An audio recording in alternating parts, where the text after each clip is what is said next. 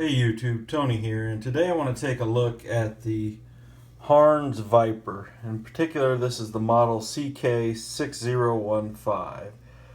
I got this on GearBest. Ran me about 12 bucks on GearBest. You can get it anywhere from 10 to 12 bucks. This particular knife, blade steel, is 9CR18 MOV, which is an okay steel, especially for 12 bucks. You're not expecting, S30VN. So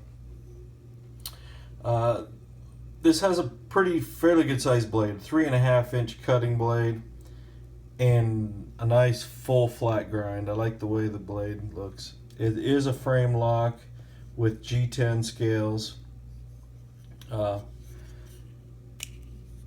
This flipper has this manual thumb disc on it. Usually I'm not a big fan of thumb discs, but I find this one is not overly aggressive with the texture, and it flips out pretty nice. So I don't mind this thumb disc on this knife. It's probably one of the few knives that I have that have thumb discs. Like I said, I just don't normally get knives with thumb discs. It's tip down only carry with right hand only. Has this nice long deep pocket clip. I do like the clip.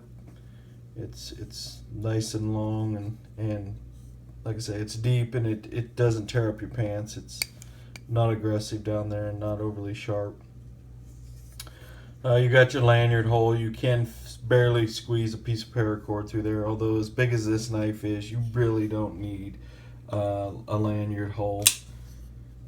This knife also, for a cheap knife, if I can show you here, you can kind of see in there, it has some skeletonized liners, which helps lighten it up a little. And we'll bring in the scale just to see.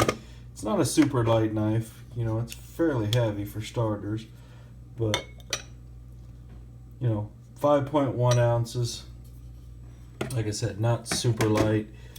Kind of show it up next to the standard Kershaw Skyline I normally show.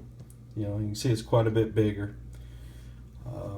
Probably more in line with like the Rat 1.